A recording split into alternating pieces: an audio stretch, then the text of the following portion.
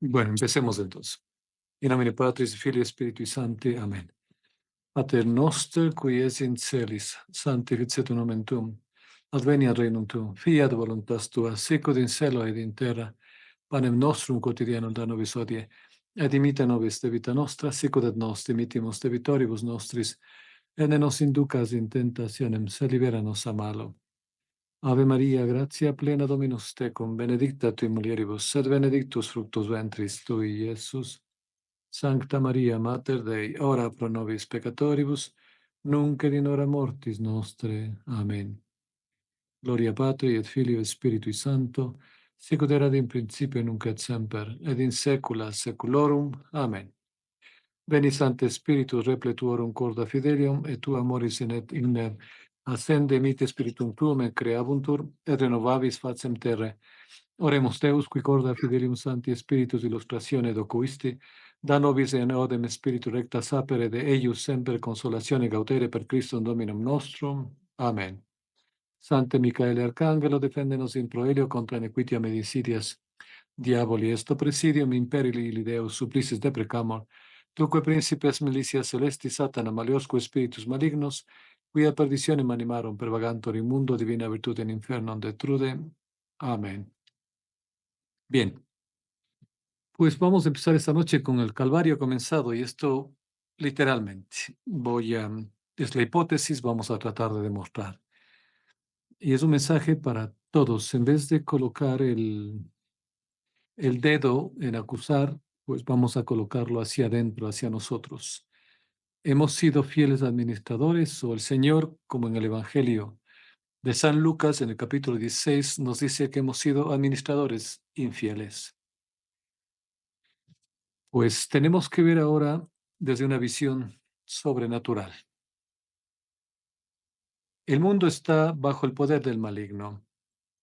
Ya nos dice concretamente San Juan, quien es el príncipe de este mundo, pues es el enemigo de Dios.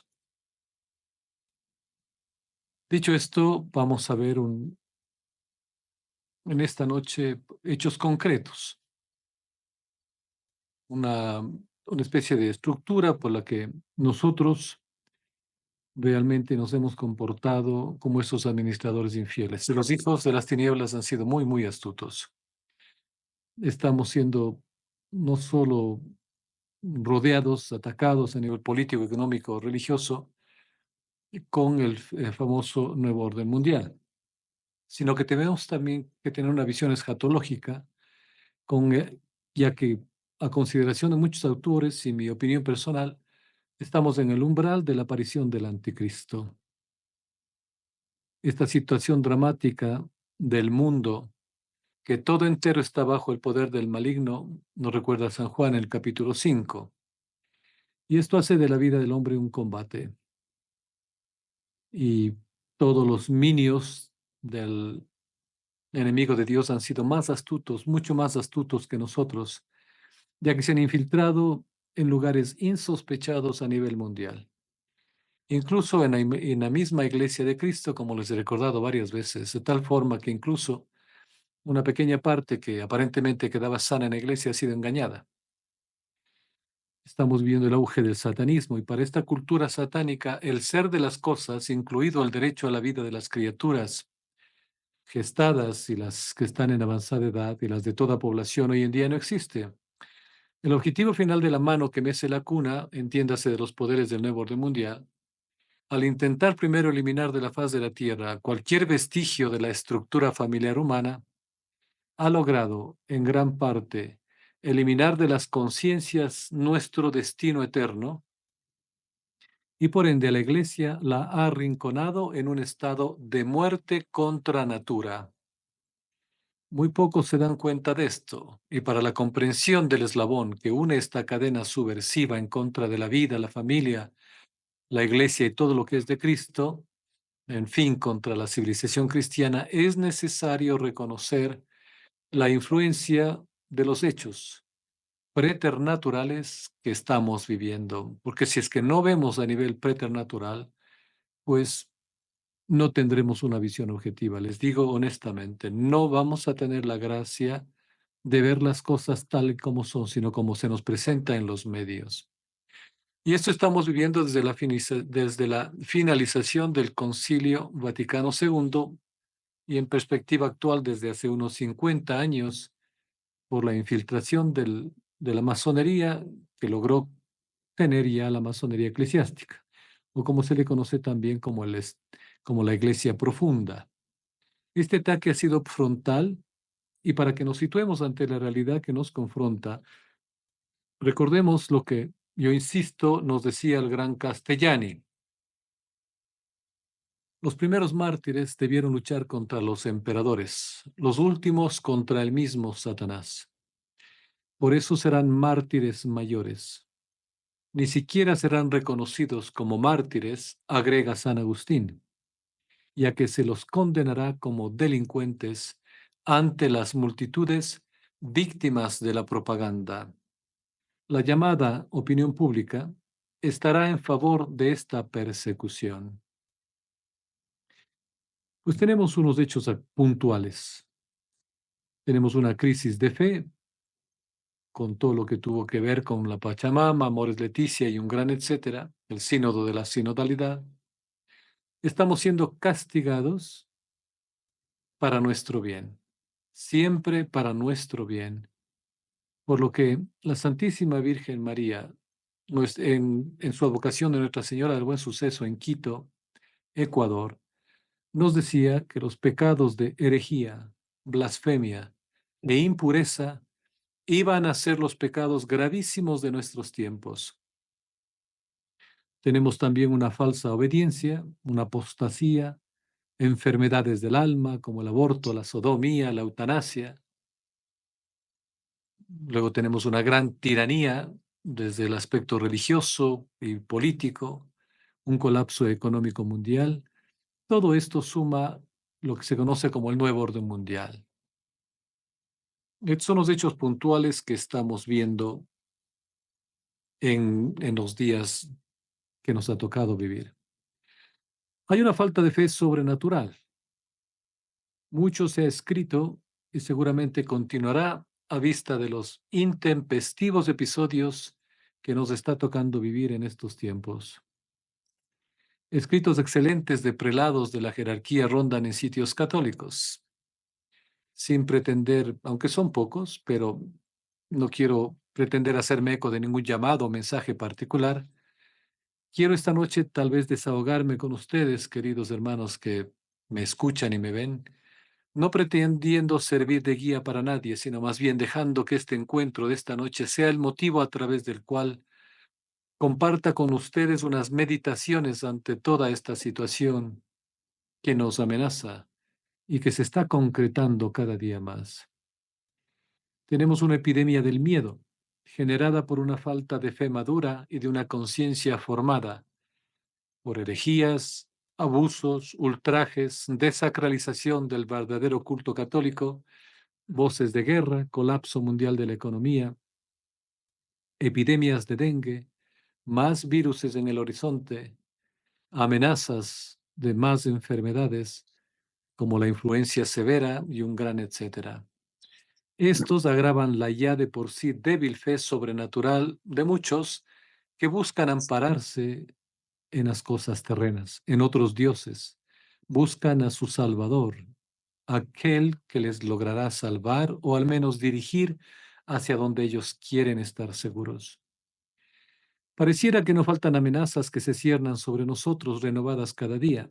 Es tal el miedo que una preocupación se superpone a la anterior, haciéndonos relativizar una respecto de la severidad de la que ya se acerca.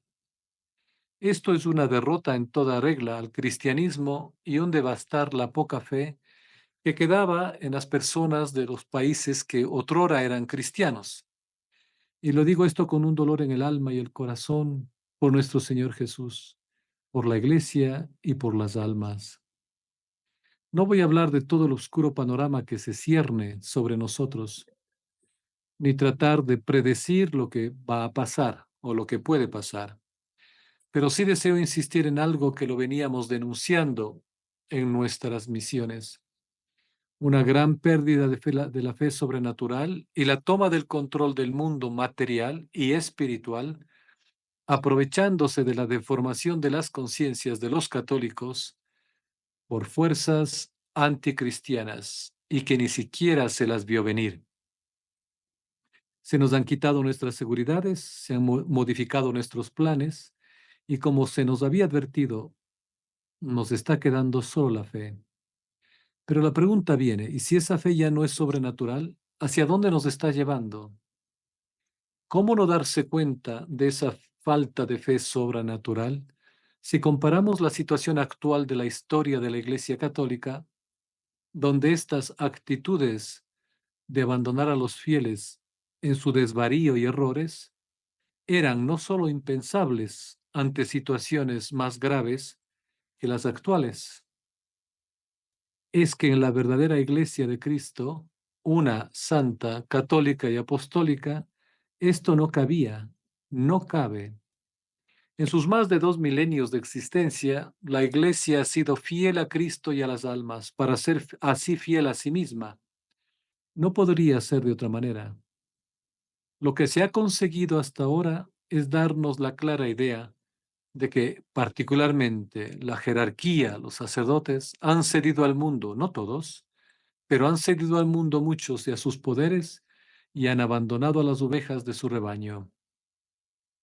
Hay que reconocer que existen pocos buenos sacerdotes que se están jugando la vida y no abandonan a los fieles, pero esto se da en escasos lugares y con poca frecuencia por la falta inmensa de obreros en la mies del Señor. Pues nos falta fe, nos falta oración. La oración es importante, pero en estos tiempos en que necesitamos más la oración para implorar misericordia, es increíble que cuando más se necesita la Santa Misa de siempre, la que da el único verdadero culto a Dios, se persigan a sacerdotes, se prohíban la misma celebración, como recordarán el reciente caso en Covadonga, en España. La oración, aunque lo hiciésemos todos nosotros las 24 horas del día y todos fuésemos santos, aunque no lo somos, no tendría el valor en conjunto de la oración por excelencia de Cristo, que es la Santa Misa. Ni siquiera sería un granito de arena en la playa comparado con el sacrificio de Cristo. Eso es la misa de siempre. No es un banquete, no es una cena, es el sacrificio de Dios. Y ante este problema de fe sobrenatural desde los finales del Concilio Vaticano II, ¿quién podría negar que los pocos que son realmente católicos de este siglo XXI están confusos? Basta observar lo que pasa en la Iglesia para persuadirse de que el fenómeno es relativamente reciente y corresponde a los 50 últimos años de la historia de la Iglesia. Antes el camino estaba perfectamente trazado. Las personas lo seguían o no, tenían fe o no, o ya la habían perdido, o a lo mejor nunca la tuvieron. Pero el que tenía fe había entrado en la Santa Iglesia por el bautismo, había renovado sus promesas más o menos a los 11 años, dependiendo del país, y había recibido el Espíritu Santo el día de su confirmación. Sabía lo que debía creer y hacer. Hoy mucha gente, un sinnúmero de personas ya no lo saben. En las iglesias o en los medios oficialistas escuchan afirmaciones tan escandalosas o leen tantas declaraciones contrarias a lo que siempre se había enseñado y creído, y en vez de dudarlo o refutarlo y rechazarlo, lo aceptan, ya que dicen viene de una autoridad. Ya Juan Pablo II decía en 1981, al contrastar tristemente su realidad, que, abro comillas, los católicos de hoy en gran parte se sienten perdidos, confundidos, perplejos e incluso decepcionados. Y resumía así el porqué, decía, abro comillas, por todas partes se extienden ideas contrarias a la verdad revelada y que se ha enseñado siempre. Se divulgan auténticas herejías en el ámbito del dogma y de la moral que provocan dudas, confusión y rebelión. Ni siquiera se ha respetado la misma liturgia.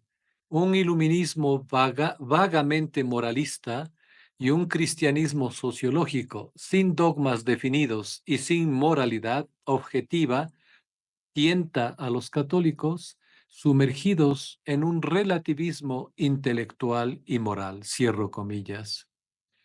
Por consiguiente, nos preguntamos, ¿qué es lo que ha provocado tal estado de cosas? No hay efecto sin causa.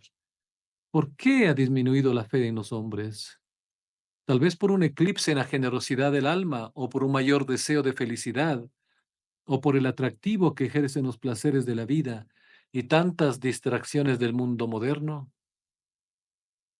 Pensándolo bien, esas no son las verdaderas razones por qué de una forma o de otra siempre han existido. La caída vertiginosa de la práctica religiosa se debe principalmente a un espíritu nuevo que se ha introducido en la Iglesia y que ha puesto en duda todo el pasado de la vida de la Iglesia y las enseñanzas y principios cristianos que regían esa vida. Todo eso estaba fundado en la fe inmutable de la Iglesia, que transmitían los catecismos, que todos los obispos reconocían y aceptaban. La fe se funda en certezas. Si se derrumban, se siembra la perplejidad. Un ejemplo. La Iglesia enseñaba, y todos los fieles lo creían, que la religión católica era la única verdadera porque la ha fundado el mismo Dios. Y las demás religiones, los hombres. Por consiguiente, el católico, por una parte, tiene que evitar relacionarse con esas religiones falsas y, por otra, hacer todo lo posible para llevar a sus adeptos a la verdadera religión, que es la de Cristo. ¿Eso todavía es verdad? Claro que sí. La verdad no puede cambiar, si no, nunca hubiera sido la verdad.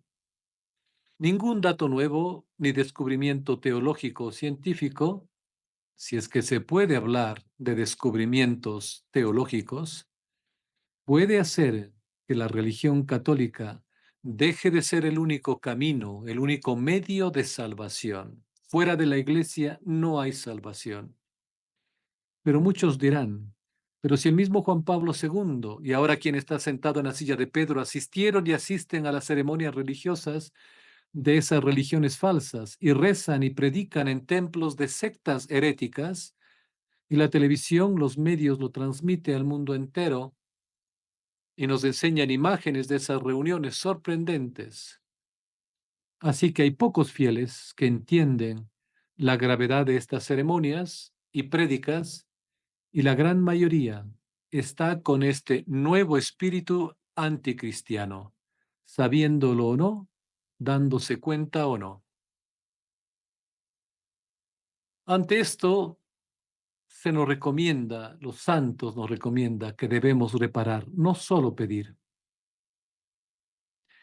Basta mirar la tradición católica y ver cuál ha sido la reacción del pueblo católico y obviamente también el de sus pastores a lo largo de la historia. Y si lo miramos sería difícil encontrar una excepción.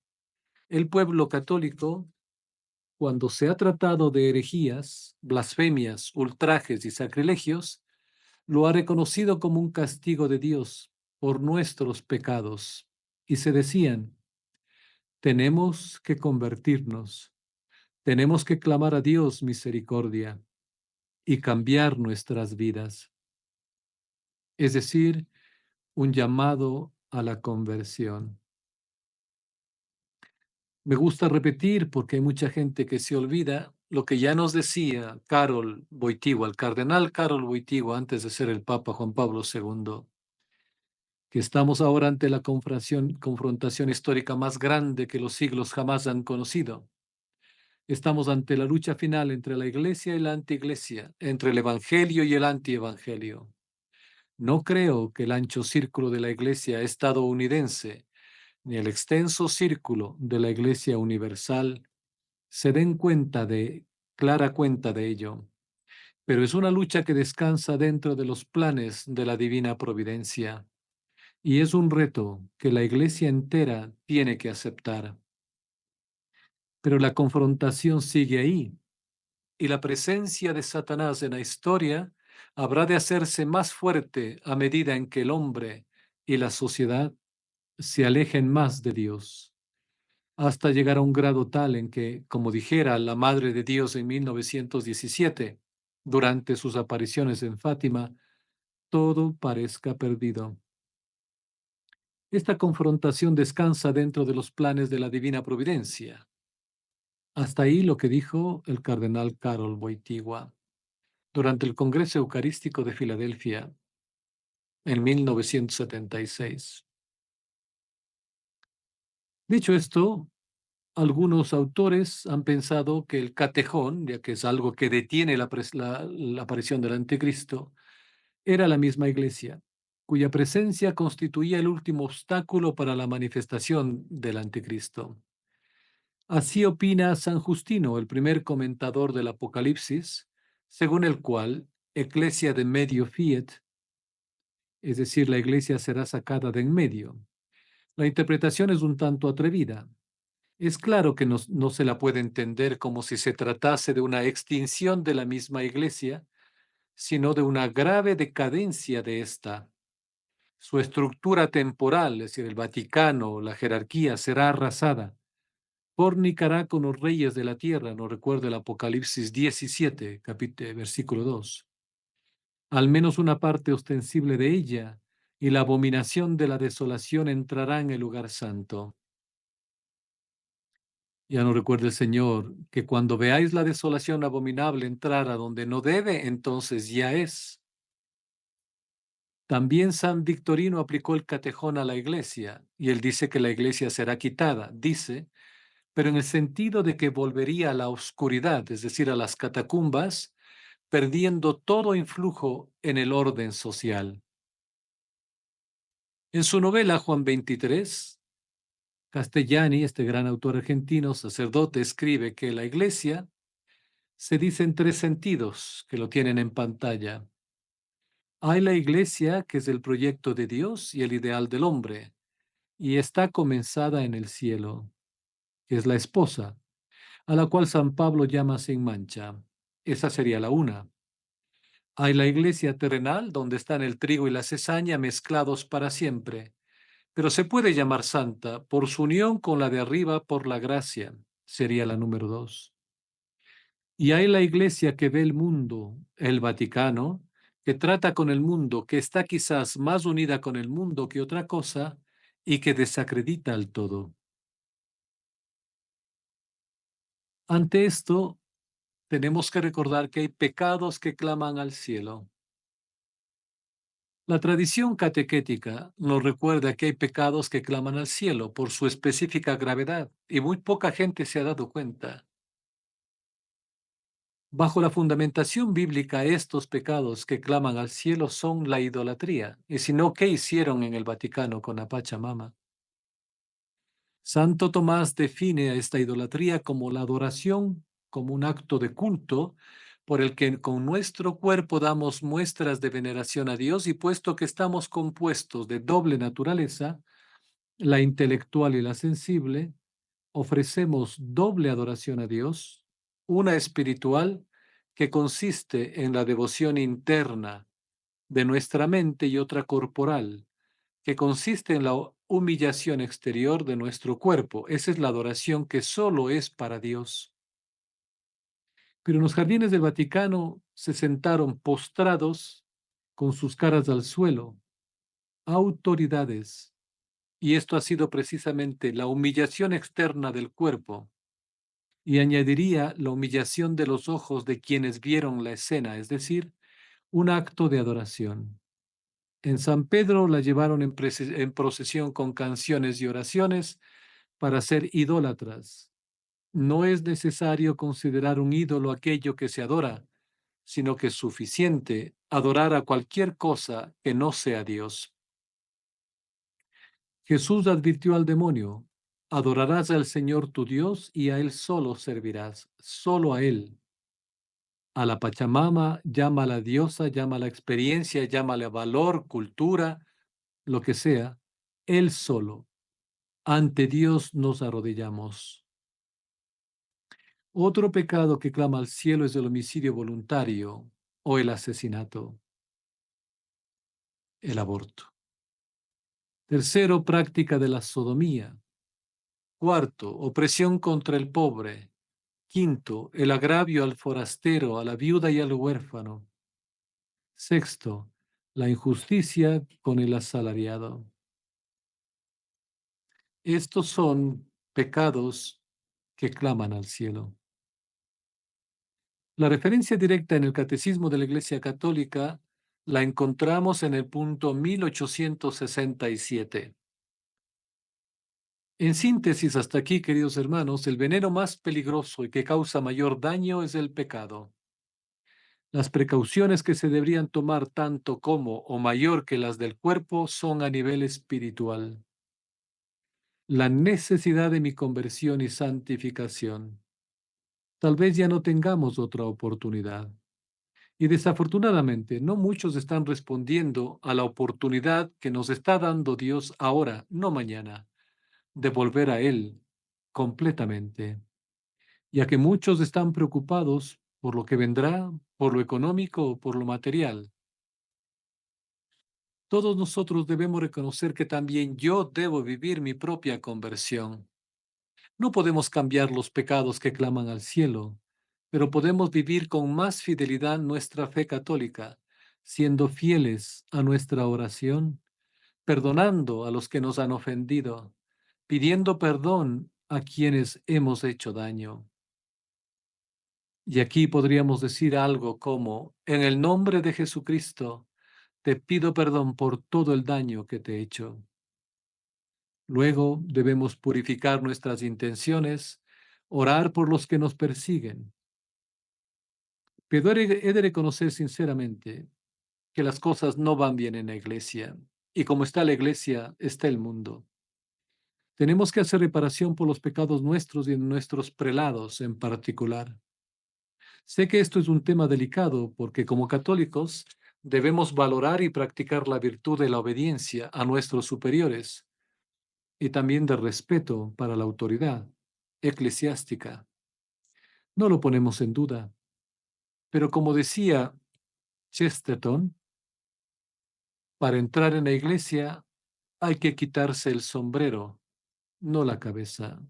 No podemos obedecer cuando se nos invita o se nos quiere obligar al pecado. Al mismo tiempo, estamos viendo qué tan grave es la crisis intraeclesial y qué gran causa de esta crisis la infidelidad y horrores, que no errores, de una gran parte de la jerarquía católica. Sé que es muy urgente e importante que los católicos tomen muy en serio el hecho de que, en gran parte, los enemigos más grandes de la Iglesia hoy en día son miembros de la jerarquía. Y debemos poner resistencia y practicar ese equilibrio entre la obediencia y el cómo voy a practicarla como católico, pero al mismo tiempo, cómo voy a poner resistencia a estos pastores que realmente no son pastores, sino lobos vestidos de ovejas. Hay que tomarlo todo muy en serio. En este episodio que estamos tratando, no estoy proponiendo soluciones fáciles. Sé que no es algo que se va a solucionar fácilmente, sino es con una directa intervención de Dios. Se trata de optar por medidas objetivas, como por ejemplo, de no ayudar más económicamente a las diócesis, sino obedecer a aquellos que traen vientos de nueva doctrina y un nuevo evangelio. Apoyemos los apostolados que están promoviendo la Santa Misa de siempre, es decir, donde realmente se está promoviendo la fe católica en su integridad. Ahí pongamos nuestro apoyo. Obviamente tenemos que apoyar a nuestra iglesia, es cierto, con el diezmo, pero tenemos que asegurarnos que lo que hacemos que lo hacemos de la mejor manera con aquellos que están confirmándonos en la fe y no con los que están pervirtiéndonos o están viviendo el modernismo, las nuevas herejías y blasfemias. De esa manera respaldaremos y apoyaremos lo que realmente es católico, la misa de siempre y la sana doctrina, que es lo que siempre ha enseñado la Iglesia Católica. Ninguna autoridad puede estar cambiando, adaptando lo que la Iglesia Católica siempre ha enseñado. Y hablando de qué hacer, debemos esforzarnos ahora más que nunca por aprender nuestra fe, la fe verdadera, y no lo que nos han dado con el espíritu del Concilio Vaticano II, para conocer bien lo que enseña la Iglesia Católica, ya que muchos católicos no entienden bien lo que es la obediencia. Hay multitud de fieles que creen que la fidelidad exige una obediencia ciega, de renuncia al sentido común y a la prudencia, y obsecuencia ante toda autoridad, sobre todo si se trata de autoridad religiosa. Y podríamos preguntarnos, ¿los santos han sido capaces de pecar y errar? Ciertamente. ¿Seremos por ello devotos de sus pecados y errores?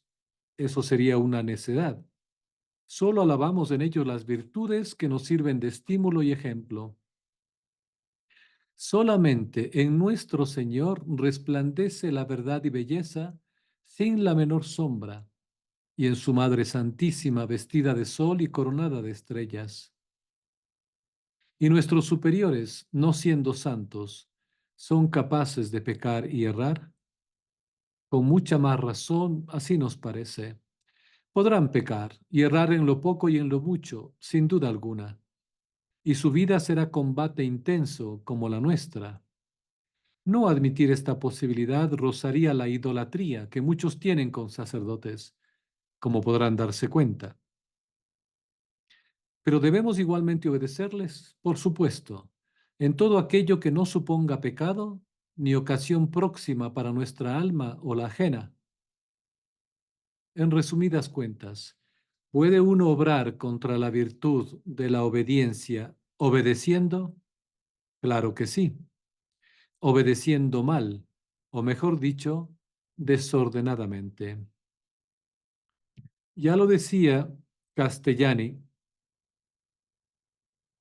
que la obediencia religiosa está enderezada a la perfección evangélica y solo puede producirse en el clima de la caridad, y el abuso de la autoridad no solamente la hace imposible, sino que constituye una especie de profanación o sacrilegio. La definición de obediencia de Santo Tomás es oblación razonable, firmada por voto de sujetar la propia voluntad a otro por sujetarla a Dios y en orden a la perfección. Esta definición contiene claramente los límites de la obediencia, porque no hay que creer que la obediencia es ilimitada. Todo lo ilimitado es imperfecto. La obediencia religiosa es ciega, pero no es idiota. Es ciega y es iluminada a la vez, como la fe, que es su raíz y fuente. Sus dos límites son la recta razón y la ley moral. Ambos límites están también fijados por San Ignacio al afirmar a una mano que físicamente es imposible asentir a algo absurdo, y a otra que no hay que obedecer, cosa en que se viese pecado, no ya mortal solamente, sino de cualquier clase. No se puede ejecutar virtuosamente ninguna cosa donde exista la más mínima porquería, relajamiento, vileza o claudicación moral. Y a pesar de todo, muchos dicen, ¿y si mi obispo me pide algo, entonces yo tengo que obedecer? La respuesta es no necesariamente. Aclaremos este punto. El obispo tiene autoridad de nuestro Señor Jesucristo, pero tiene esa autoridad porque tiene un cargo sumamente sagrado, que es el de transmitir con fidelidad la doctrina que nos salva, y por eso tiene autoridad. Él no tiene autoridad para enseñar lo que le venga en gana o su opinión. Tiene autoridad para transmitir el depósito de la fe que no cambia. Si un obispo está ejerciendo autoridad y no está defendiendo o enseñando el depósito de la fe, el católico que correctamente sigue la enseñanza católica respecto a la obediencia tiene que desobedecer, porque si no, estaría desobedeciendo a Dios y eso es posible. Perfecto, Carlitos. Sí, vamos a abrir el foro de preguntas, por favor. Cuando no hay preguntas, hay dos razones. O todo el mundo está de acuerdo y asimiló muy bien, o nadie comprendió bien. Cualquiera de las dos es válida oír la opinión. Todo lo esta noche la he preparado ante las extraordinarias circunstancias en que estamos viviendo, particularmente en lo que es más importante para nosotros, nuestra fe, la iglesia, la salvación de nuestra alma, la vida eterna. Ya los santos han considerado de la más alta exigencia e importancia la prédica sobre las verdades de nuestra fe. Así que hemos iniciado esta primera parte con un poco de historia, también los hechos actuales, hacia dónde se dirige el mundo, qué es lo que está pasando en la iglesia, que es de suma importancia que tengamos una idea clara, una comprensión clara de dónde estamos y hacia dónde nos quieren llevar y dónde debemos ir. Encontré unas misas tridentinas y son de la Fraternidad San Pío X. ¿Se Ajá. puede o no se puede asistir a esas Eucaristías? Claro que se puede, ¿no? Tienen la veña del Vaticano y todo, incluso para los sacramentos, todo, así que no se preocupen, se puede asistir a la Santa Misa, ya sea de la Fraternidad San Pío X eh, o de la Fraternidad San Pedro. Hay muchos, bueno, no tan muchos como quisiéramos, pero hay varias órdenes que lo tienen, ¿no? En varios países, así que es válido. No solo es válido, es algo encomiable que debemos hacerlo. Aquí hay una pregunta que vale la pena matizarla, Carlitos, en la respuesta. Ya, Yo planteo la pregunta, un pequeño matiz y le dejo a usted ya. la aclaración. Dice, al director espiritual también se le puede contradecir si nos pide que vayamos a misa el Novus Ordo. Yo pienso que la pregunta es muy válida. Si el director espiritual, considerando que lo elige la persona y no es una imposición de nadie, se puede inclusive cambiar de director espiritual, pero lo importante, además de considerar la obediencia en el sentido de que primero es Dios y después es el ser humano, o sea, quien sea, si sea el Papa, y también lo de las misas, considerar que hay misas Novus Ordo y hay misas Novus Ordo. Entonces, de aquí ese matiz, Carlitos, le dejo para que por favor nos aclare y nos enderece. A ver, bueno, es que la pregunta en sí, como usted ya la matiza, tiene unas circunstancias, unos hechos históricos. Me voy a explicar. El momento que una persona escoge un director espiritual, pues hay varios pasos para hacerlo. No se puede escoger a cualquiera. Me explico. En el mundo actual, y con gran pena tenemos que admitir algo obvio, hay muy pocos sacerdotes que están realmente formados. Desde el concilio, a los sacerdotes se les ha prohibido que conozcan la verdadera historia de su iglesia, la tradición de su iglesia, la fe de, de más de 2000 años de grandes santos. No se les ha enseñado no solo el idioma de la iglesia, el idioma oficial, el latín. En muchas partes se les ha prohibido y ya no se enseña la gran filosofía de Santo Tomás de Aquino, que ha sido siempre la enseñanza primordial de los sacerdotes, y tienen una deformación, ya no formación. Entonces, hoy por hoy los sacerdotes, una gran mayoría, son víctimas de esta situación escandalosa que pasó a partir ya con más obviedad a finales del Concilio Vaticano II, donde empezó el desastre en la iglesia. Entonces, dicho esto como antesala, en este momento de la historia, para escoger un director espiritual, los parámetros que antes teníamos ya no son como para seguirles a rajatabla, me explico.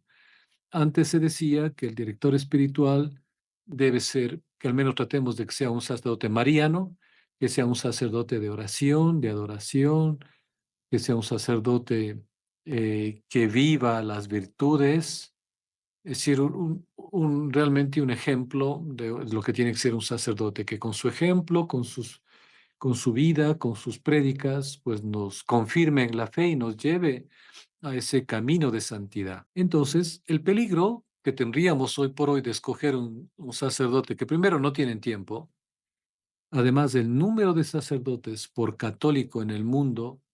Yo me acuerdo cuando estudiamos esto hace unos 10 años, el número de católicos por un sacerdote, es decir, para que podamos tener nosotros acceso a un sacerdote, el promedio, ya contando todos los sacerdotes del mundo, era de 20.000 fieles por cada sacerdote. Eso ahora ha incrementado. Entonces díganme si ustedes pueden encontrar un director espiritual. Serían el número 19.999 o el 20.000. ¿Cómo puede este sacerdote dedicarse a 20.000 almas así, hablando de dirección espiritual, etcétera? Es un hecho real, no inventado, según el Anual Pontificio, el librito que sacan de cuántos sacerdotes en el mundo, etcétera. Entonces es una realidad tremenda, porque primero hay la escasez de vocaciones, hay escasez de sacerdotes, y luego los que están ahora, no digo que todos, pero la gran mayoría ya no tienen una formación católica. Entonces, claro, si la persona tiene un director espiritual con esas deficiencias, está en el deber y en el derecho de rechazar si uno, conociendo el catecismo, conociendo la teología, recibe una orden o una sugerencia que la puede rechazar sin problema. Esto no va en contra de la obediencia que se le debe al director espiritual. A hoy por hoy, les he dicho en algunas ocasiones, debemos probar, desafortunadamente, debemos probar a nuestros sacerdotes. ¿Cómo los probamos? En una conversación o en la confesión, que es lo más práctico. Si usted va, como voy a poner el ejemplo, como varón, y hemos experimentado eso cuando hemos dado retiros a cantidad de jóvenes, que los chicos, después de haber pasado 4 días de retiro, al final se preparan para la confesión, anotan todos los pecados en un papelito, porque claro, muchos no se habían confesado por 15, 18 años, llegan donde el sacerdote primero se irrita porque van con los papeles anotados los pecados. Luego, cuando los chicos le decían que se masturbaban, le decía que eso no es pecado, que tranquilos. O los adultos igual, que iban y les comentaban que tenían una relación con la secretaria, decía tranquilo, es una cana al aire, no te preocupes, tienes derecho a ser feliz. Esto nosotros presentamos una queja al obispo del lugar donde hacíamos la misión, pero nunca se tomó medidas. Lo único que se nos dijo es vayan a hacer apostolado en otra parroquia. Entonces, es la gravedad de la situación hoy de la obediencia. No podemos obedecer. Si se nos incita o se nos promueve o se nos eh, felicita por los pecados que estamos cometiendo. Entonces, he ahí una de las recomendaciones, incluso para la confesión. Ustedes no pueden cometer, ni yo, la falta grave de no saber que lo que ustedes han hecho es pecado. ¿Cómo pueden hoy irse donde un sacerdote y decirle, padre, verá, bueno, la oficina, la fiesta, ya sabe usted, los vinos y eso, y caí con la compañera de trabajo o con el compañero, porque ahora también el caso es igual, y bueno, tuvimos una relación y ya está, no soy casado, tengo 4 hijos, lo que sea.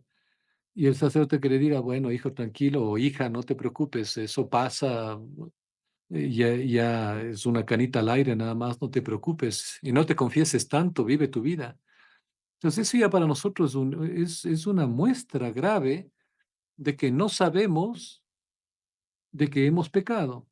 Y si el sacerdote dice que no es pecado, pues él tendrá que pagar gravemente esa culpa de hacerse parte de ese grave pecado y de enseñar lo que no debería a la persona que se confiesa. Entonces, no cometan el suicidio de irle a preguntar al sacerdote hoy por hoy si es que lo que uno ha hecho es pecado, sino están faltando a los parámetros o a la ley de la iglesia que nos dice cómo debemos prepararnos para hacer una buena confesión. Porque si ustedes van a confesarse a saber si es que es pecado o no, pues no están arrepentidos. Entonces, una de las cosas que debemos hacer antes de la confesión es un dolor de haber ofendido a Dios, saber que es pecado, que lo que hemos hecho ofende a Dios, tener la gracia de sentir dolor por esa ofensa a Dios. Luego tenemos que ir al sacerdote, decirle de voz el pecado, arrepentirnos y buscar la absolución y cumplir la penitencia que me fuera impuesta. Si no hay una de esas condiciones, si ustedes no saben si lo que han hecho o no es pecado, estudien el catecismo y luego vayan a confesarse. De ahí la importancia de que los 10 mandamientos, los mandamientos de la Santa Iglesia, sean la brújula nuestra para poder hacer una buena confesión. Si no, ¿cómo hacemos la confesión? Si vamos a preguntar ese rato al sacerdote si lo que he hecho es o no pecado. Por eso en las confesiones hay personas que se demoran a veces media hora, 20 minutos porque no van a confesarse, sino quieren buscar una dirección espiritual equivocada en el momento inadecuado y con tal vez la persona que no debía ser su director espiritual en ese momento, en ese caso particular. Bien, espero haber contestado y perdonen, me extendí un poco. Carlitos, ¿es correcto ahorita seguir a Monseñor Viganó? Es correcto, claro. ¿En qué sentido? Es decir, a ver, Monseñor Viganó ha sido, es mejor dicho, uno de los pocos valerosos, valientes jerarcas que ha tenido la varonilidad, no sé si se diga así, pero la bravura, el empuje de decir las cosas como son. ¿Creen ustedes que un arzobispo del calibre de Monseñor Vígano, que no es un pobre misionero, un pobre laico de a pie, que ha leído algunos libros y que trata de ayudar a otros, pero que puede estar equivocado, es un arzobispo, ex nuncio apostólico de los Estados Unidos, con misiones, con encargos de la Santa Sede em, primordiales, importantes, un hombre que conoce su fe? ¿Creen ustedes que a sabiendas de lo que la penalidad que implica crear un cisma en la iglesia, él se haya atrevido a hacerlo jugando con su vida eterna? Todos aquellos que le atacan, yo siento mucha pena por ellos porque no parecen hijos de la misma iglesia. Se han olvidado que este hombre, que ya tiene su edad, ya no está en los 50 años o 60 años, es un hombre maduro, es un jerarca fiel de la iglesia. Así que no sientan pena o no sientan temor en seguirle. Lean lo que él escribe, que tiene algunas cosas que algunos no estén de acuerdo. Fabuloso. Si tampoco podemos estar de acuerdo 100% con todo lo que nos diga Monseñor Viganó, pero la mayor parte de las cosas que él ha denunciado son verdad. Y él sabe que se está jugando su vida eterna y esas cosas no son a la ligera. Pero igual recordarán que en el tiempo de la gran apostasía de Arriano, pues este gran santo estuvo solo y fue excomulgado varias veces, así que muy pocos se quedarán con los verdaderos hijos de Dios, con los profetas que tienen esa valentía de denunciar lo que ha hecho Monseñor Viganó. Así que no hay ningún problema en lo que él está. Ahora, hay gente que dice que les amenazan con cisma, que ustedes le siguen, son cismáticos. No hay tal. Tal vez no sabrán ellos, como ya no leen o ya no les enseñaron la patrística o conocen documentos de santos. Nosotros tenemos el derecho, cuando dudamos, por ejemplo, de lo que está pasando en el Vaticano, del hombre que está sentado ahí, tenemos derecho a dudar, no solo de su elección, porque por sus frutos los conoceréis. Entonces, en este caso, tenemos ese derecho y eso no nos hace cismáticos, ¿no? Así que tranquilos, si ustedes están como señor Viganó, recen por él y lean los documentos de él, que el 90% o más de lo que él dice realmente son de una claridad vernácula, así que no tengan miedo. Gracias, Carlitos. Cuando llegue el anticristo, ¿será claro para los cristianos o vamos a ser engañados y será difícil reconocerle? Creo que también amerita mucho un matiz porque aquí hay que entender que el anticristo llega con tecnología, con inteligencia artificial, con imágenes, con medios públicos, con canales de televisión, canales de radio, canales de internet, llega a controlarlo todo. Entonces, si la pregunta es, ¿seremos engañados? Por supuesto. El matiz que yo quisiera decirle, Carlitos, es cómo protegernos del engaño, porque de que nos va a engañar, nos va a engañar. Yo voy a ser objetivo, sin hacer sentir, mi intención no es hacer sentir mal a nadie, pero como bien dice Santiago, si el engaño es tan sutil, que bien lo dice el Señor, que si no acorta esos días, incluso los elegidos perecerán. Miremos un poquito con un ejemplo lo que ha pasado con el señor Trump. Sin meterme, no es mi objetivo aquí eh, hacer una polémica o un debate de lo que ha pasado con él. Simplemente quiero poner como ejemplo. Hay dos, hay dos bandos bien definidos al momento.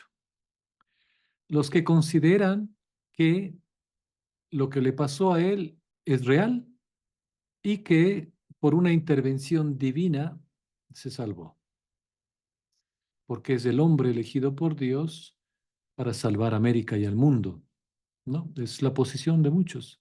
Hay otra posición de los cuales dudan y creen que todo esto es parte de todo este circus que se nos está dando para tenernos entretenidos y seguir con el objetivo ya planificado del nuevo orden mundial y de la aparición del anticristo. Entonces, ustedes me dirán, ¿con qué facilidad las personas aceptan las cosas porque lo ven en la televisión o en los medios sociales? El momento que aparezca este ser, no vamos a saber. Sería muy fácil eh, para, para nuestra salvación el decir ya, Él es. Es que no hay duda. No es así, no vamos a poder saber. Sentimos ya la presencia de esa realidad anticristiana, de ese espíritu del anticristo. Lo sentimos. Lo vemos en todos los estamentos, que nunca en la historia de la humanidad, del cristianismo, hemos estado como estamos en todas las instancias. El demonio pulula por doquier, sin enumerar todo lo que estamos viviendo, pero la respuesta obvia es no vamos a saber, no vamos a poder identificar. Yo me acuerdo, yo leí una novela de Michael Brown que se llama El Anticristo, de la saga de Michael Brown, un judío convertido al catolicismo que vive en Canadá. Les recomiendo que lo lean.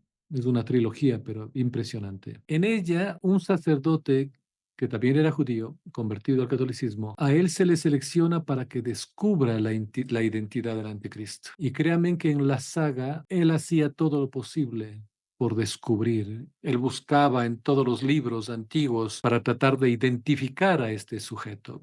No lo hace, sino casi ya en el tercer libro. Léanlo. No les quiero dejar el sin sabor en la boca, pero es muy interesante. Van a ver la dificultad con que Michael Brown plasma esta realidad y después la lucha contra este ser una vez ya identificado, pero no por estudios humanos, sino por una gracia de Dios. Yo estoy convencido de que, como dice el Señor en la Sagrada Escritura, muy pocos serán los que no van a estar con el anticristo. Y es una realidad que deberíamos todos meditar. Si es que muy pocos son los que no van a estar con el anticristo, muchos les seguirán. Entonces, de ahí el temor y temblor que debemos nosotros estar preparados. Porque miren, al igual que en la situación del señor Trump, de lo con lo que le pasó, solo la gracia de Dios, la oración, el no mirar tanta televisión o tanto medio nos puede dar una luz de lo que realmente está pasando. Caso contrario, tendríamos que mirar 500 videos, unos a favor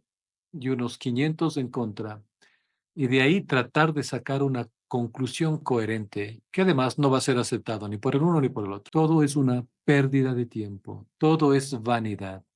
como lo dice el rey Salomón. Así que espero haber contestado su pregunta. Pero sí es tenebroso porque se nos dice que ni siquiera debemos mirar estos medios de televisión, de redes sociales, porque el poder de este anticristo será tal que no nos daremos cuenta y ya estaremos a su servicio.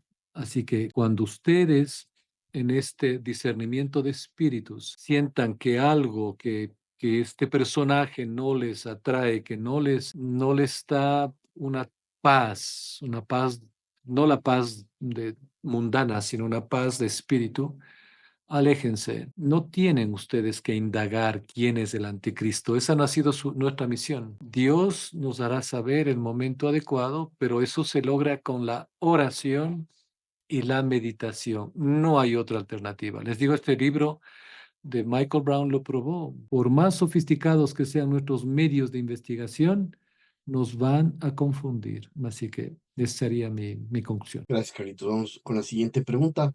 Creo que nos quedan muy poquitito tiempo para que a una de esta iglesia moderna, esta iglesia católica moderna. El mismo efecto en el espíritu, sí. En el cuerpo diferente, pero usan lo mismo. Recuerden que ya en el mismo hay documentos oficiales del Vaticano donde se dice que la intención, yo justo estaba leyendo esto esta tarde un poquito de todas, ustedes verán que yo tengo mis libros con una cantidad de notas, no subrayo, pero coloco estos colores. Y ahí, por ejemplo, me encontraba con esta maravilla que yo leí, que entre las ideas del Concilio Vaticano II se admiten ciertas opiniones de Lutero. Por ejemplo, la descripción de la Iglesia como pueblo de Dios es la idea maestra del nuevo Código de Derecho Canónico, que es una idea democrática y no jerárquica. De ahí escucharán ustedes que en el Nuevo Sordo dicen que somos el nuevo pueblo de Dios. Eso es de Lutero, es protestantismo. Otra que acentúan el sacerdocio de todos los bautizados. Yo recuerdo cuando estaba en un consejo de laicos, un sacerdote que era el formador de los laicos, me invitaron a esta reunión, yo no quería ir,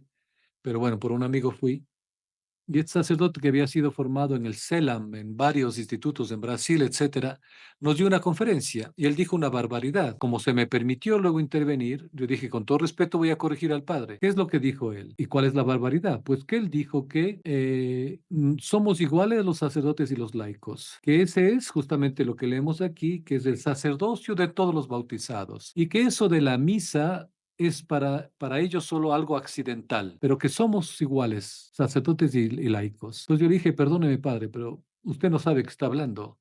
Usted no puede comparar el ministerio sacerdotal al ministerio laical o al sacerdocio del laico. Son completamente dos cosas diferentes. Claro, y me atacó, me dijo que no, que por gente como tú la iglesia está dividida, que lo que acabas de decir es una cuasi herejía, es decir, me acabó. Dije, está bien, no digo nada más, no fue mi intención hacerle quedar mal al padre, pero aclaré la posición de la iglesia y podemos ver cómo está. Entonces sí, el Novo Sordo tiene mucho de protestante. Entonces, ir al culto protestante y al Novo Sordo es similar, tiene muy pocas diferencias. Lo mismo, como es el rezo de los laicos, las oraciones de los laicos, las ofrendas, la presentación de las ofrendas, es protestante, así que es igual. El día sábado en la charla se hablaba del divorcio. ¿Cómo saber si un matrimonio ya no es viable? ¿Cómo saber si un matrimonio es viable? A ver, primero debemos saber que el matrimonio es para toda la vida. Segundo, en la iglesia no hay divorcio. Un matrimonio siempre va a ser viable. Me explico. Que tengamos diferencias culturales, mentales, de formación, de familia, que pueden hacer muy difícil la vida en un matrimonio. Nunca serán, como tampoco lo es el adulterio, excusas o argumentos a favor de una separación. La iglesia sabiamente aconseja cuando hay parejas que están teniendo dificultades, alejarse por un momento físicamente, pero con la responsabilidad de volver lo antes posible, porque si no, cualquiera de los dos puede caer en pecado. Siempre esa separación física debería ser para meditar qué es lo que estoy yo haciendo para que este matrimonio no sea viable. Porque en un matrimonio la culpa es de los dos, no es ni de él ni de ella solo. son dos. Como ese adagio popular dice, para que en una pareja haya peleas, pues se necesita que los dos estén de acuerdo para pelear. Pero si uno de ellos es el más inteligente, se calla, ofrece a Dios, acepta incluso las injusticias por amor a Dios y por el bien de la pareja, Dios premiará esa fidelidad. Así que no hay ni una receta ni un diccionario donde nos diga cuándo ya un matrimonio no es viable. Al contrario, el matrimonio siempre será viable porque están formados, al menos en el matrimonio católico, está formada por una pareja que en voluntad, en libre voluntad, con la conciencia de que iba a unirse a una persona para toda la vida, hicieron un juramento ante Dios, hicieron una promesa a Dios primero y luego entre ellos. Entonces, el no cumplir con esas promesas es faltar primero a Dios, grave pecado. Entonces, no hay una indicación de cuándo ya no es viable. Siempre será porque se necesita de la donación del otro para que sea viable. La otra pregunta ya usted la ha contestado, pero vamos a volverla a hacer. Hoy celebramos la aparición de la Virgen Santa Catarina de Labouré, que es la primera. A pesar de no ser el tema tratado, me hace recordar el atentado de Trump el 13 de julio. En su opinión, ¿es una intervención divina? No, no, para nada. Para nada considero lo que ha sucedido una intervención divina. Y esa es una de las cosas que yo estoy viendo y leyendo, pero que no me he dedicado mucho, por favor, no crean que primero no podría perder el tiempo tratando de encontrar la quinta pata al gato, no es mi misión. Segundo, eso es lo que está sucediendo hoy. Hay muchas personas, incluso gente famosa en los medios, me ha bastado ver un par de que están sacando cosas incluso de apariciones y de la Biblia. Recuerdo que vi algo de que la señal en la oreja del corte de Donald Trump tiene que ver con mensajes proféticos en el Antiguo Testamento. Entonces, estamos tratando de asegurarnos, es decir, que nuestra interpretación es apropiada. Y claro, coincide justo con lo de la oreja, porque decían que en el Antiguo Testamento a los sacerdotes del Antiguo Testamento les cortaban un pedazo de la oreja y eran los elegidos de Dios. Entonces, he llegado a escuchar y a leer cosas interesantísimas que tratan de justificar una posición u otra. No, pero yo sé y estoy con la certeza moral de que lo que sucedió, ¿cómo es? De que no fue una intervención divina. Así contesto lo que usted me preguntó. Sí, gracias, Carlitos. Creo que también es importante matizar esto porque no fue una coincidencia y no fue suerte. Una persona murió por la misma bala que no le mató al expresidente Trump. Hay algo ahí sobrenatural, del un lado, del otro lado, bueno, malo, pero de que fue no es suerte, ¿no es cierto? Nosotros los católicos no creemos en la suerte. Así es. No se salvó por la suerte, se salvó por la voluntad de Dios, se salvó por la ayuda del demonio, se salvó por alguna cosa especial.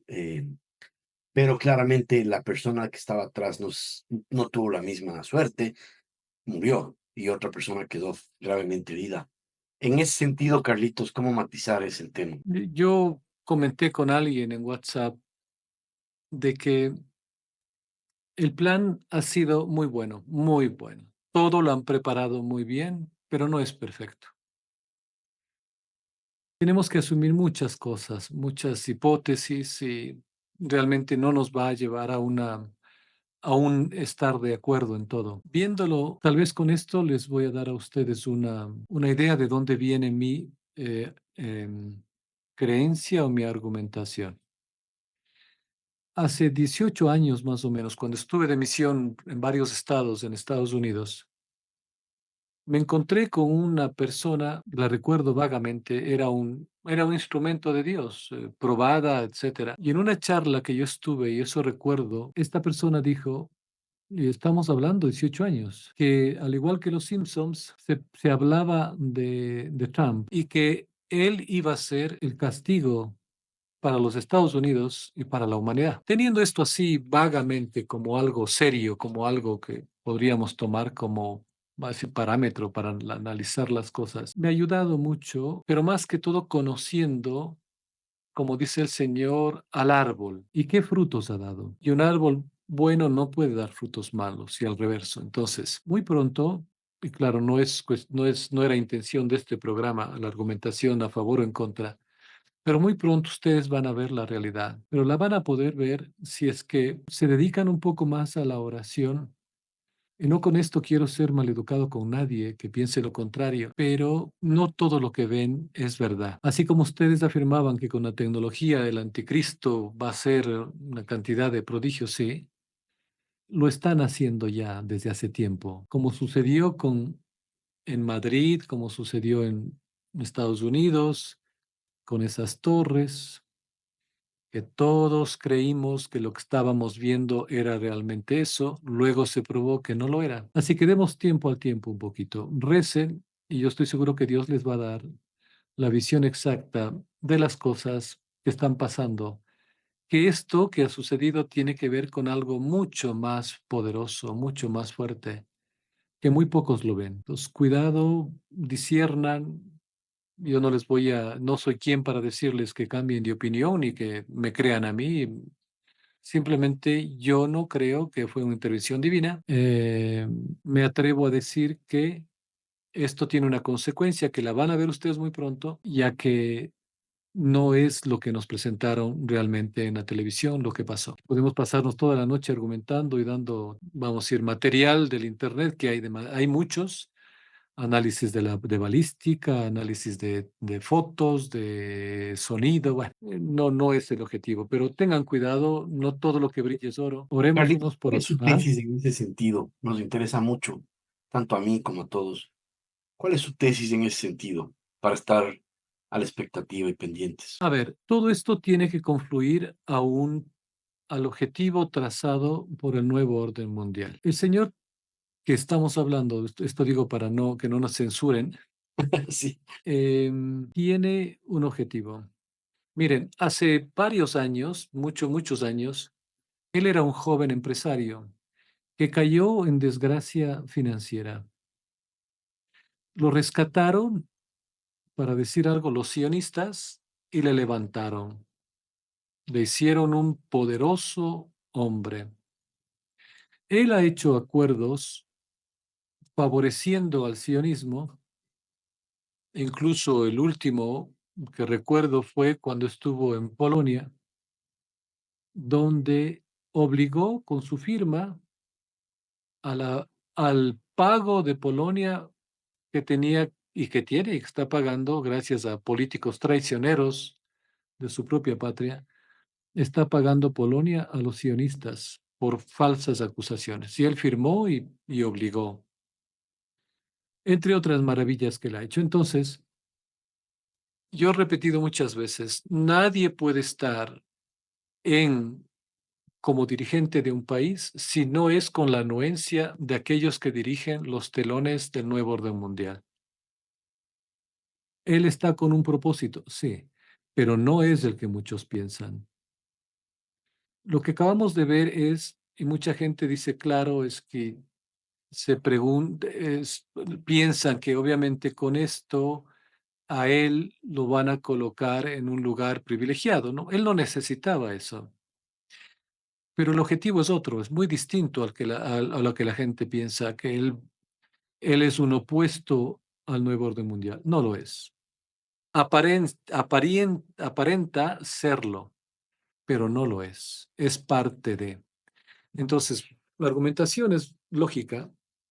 ¿De dónde viene? ¿De dónde estaba? ¿Dónde lo colocan?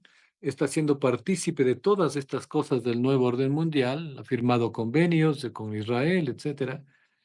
Em, ustedes saben de esa cosa que se pusieron en el brazo igual, él fue el que sacó al ejército para que se coloquen todos, etcétera, y muchas más argumentaciones que no viene ahorita al caso, pero él va a llegar a ese objetivo. Y todo esto que ha pasado, en lo que yo entiendo, en lo que puedo ver, no en los videos, porque he tratado de no ver mucho de esos videos, eh, él va a cumplir con ese plan. Y esto es parte de esta situación de llevar al caos. Si ustedes ven hoy por hoy, tanto en Estados Unidos y Canadá, estamos divididos, ya una división de odio.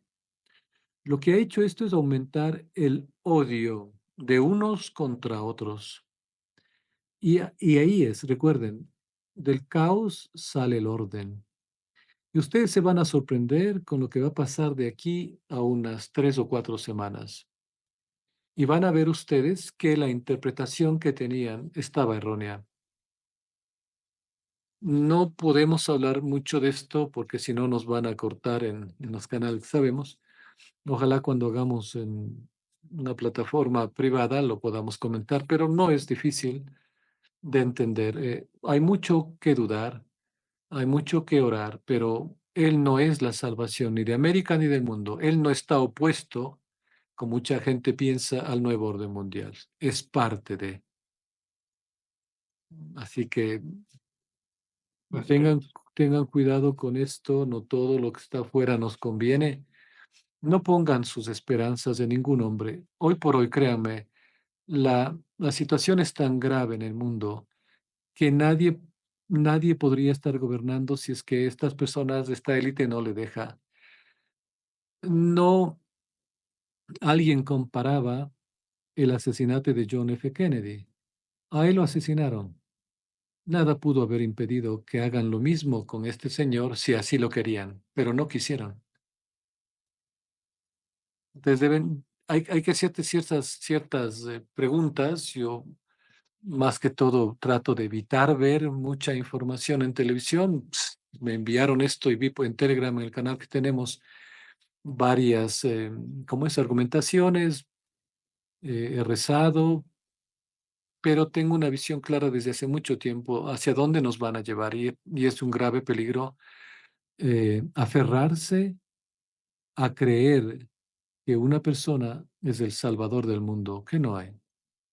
Vamos a ver muy pronto, insisto, en lo equivocados que estábamos, tal vez poniendo nuestra fe en alguien que después nos va a defraudar.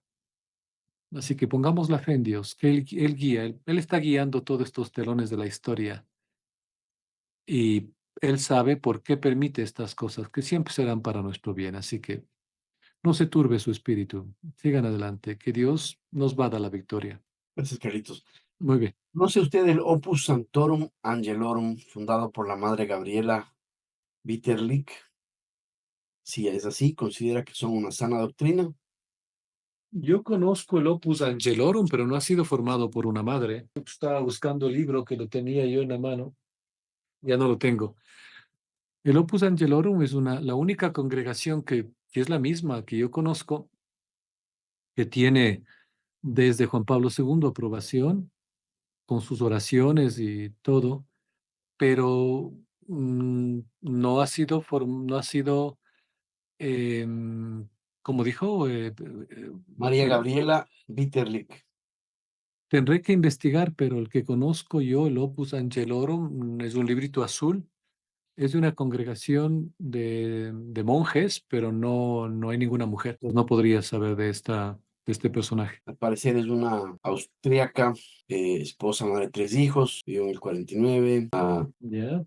bajo la autoridad de la como auténtica cristiana, se puso siempre bajo la autoridad de la iglesia, y en aquellos años esta autoridad fue el obispo Innsbruck, Monseñor Paulus Rusk, con el cual estuvo siempre en contacto a partir del 61, etcétera. Solo prelados con autoridad podrían determinar que un papa, por causas bien justificadas, no es papa. ¿Cuántos de ellos se necesitarían para defender a la Santa Iglesia? Buena Pues pregunta, más de derecho canónico que nada. claro, miren, solo no hay poder en la tierra que pueda juzgar a un papa. Eso fue decretado en el Concilio Vaticano I. En la historia de la Iglesia ha habido papas que han sido condenados como herejes, pero por el papa posterior. Entonces, me acuerdo de uno, creo que es Honorio, que fue sacado de la tumba, fue sentado en el sillón de Pedro y fue juzgado por el papa que estaba reinando ese momento y fue condenado como hereje. Pero no puede un grupo de cardenales reunirse y declararle al papa como hereje. Eso al menos es lo que se sabe en la historia, a no ser que hayan cambiado las leyes hoy. Es por eso lo difícil que es que la gente pide que este momento se le declare como tal. Puede haber esas separaciones y ese cisma, que ya lo hay, pero de ahí juzgarle, no hay poder humano. O sea, si no es el próximo papa, a eso me refiero. Claro. ¿Podría decir algo de la Escuela de Evangelización San Andrés, fundada por José Flores y un pastor protestante? No conozco esa asociación no conozco de San Andrés. ¿Dónde está? Ahí Javier, si nos aclara un poco, México. No conozco. No, Andrés, lo siento, no conozco la congregación. Listo, Carlitos, gracias. Nos hemos excedido un poquito, pero bueno, Dios le bendiga y si Dios quiere, nos vemos el lunes. Sí, Dios mediante, muchas gracias y les tengo 2 videos que debo editarlos para subirlos, el del día sábado y este. Gracias por su paciencia, pues y esperamos vernos mañana con los alumnos de la clase de moral y economía y Dios mediante el lunes con el resto de hermanos. Bueno, gracias Santi por su ayuda y Gracias. a ustedes, que Dios les bendiga.